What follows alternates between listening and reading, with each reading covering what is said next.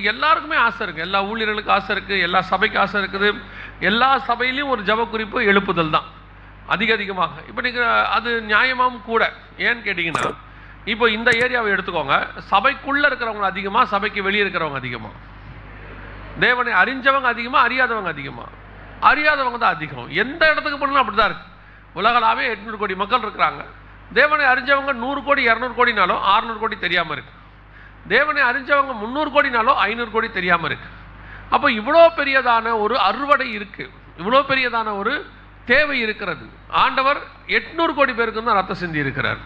அத்தனை பேருக்கு இயேசு கிறிஸ்துவின் ரத்தம் எல்லாருக்காகவும் சிந்தப்பட்டிருக்கிறது. இவ்வளோ பேருக்கு கிறிஸ்டின்ஸ்க்காக தான் அப்படின்லாம் கிடையாது. இயேசு எல்லாருக்காக ரத்தம் சிந்தி இருக்கிறார். அப்போ அப்படி ஒரு ரத்தம் சிந்தப்பட்டதான அந்த ரத்தத்தினுடையதான கொள்ளளவு பார்த்தீங்கன்னா 800 கோடி.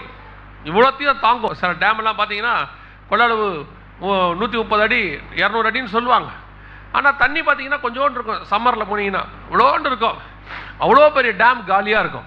அதே மாதிரி தான் இயேசு கிறிஸ்துவினுடைய ரத்தம் 800 கோடி மக்களையும் ரட்சிக்க வல்லது, பாவங்களை மன்னிக்க வல்லது. ஆனால் உள்ளே வந்திருக்கிற எண்ணிக்கை பார்த்தீங்கன்னா நமக்கு என்ன ஒரு திருப்தி, ஒரு சாட்டிஸ்ஃபேக்ஷன், சர்ச் நிரம்பி இருக்கு, அவ்வளோதான். நமக்கு என்ன இருக்குது? சர்ச்சு நிரம்பி இருக்கிறது.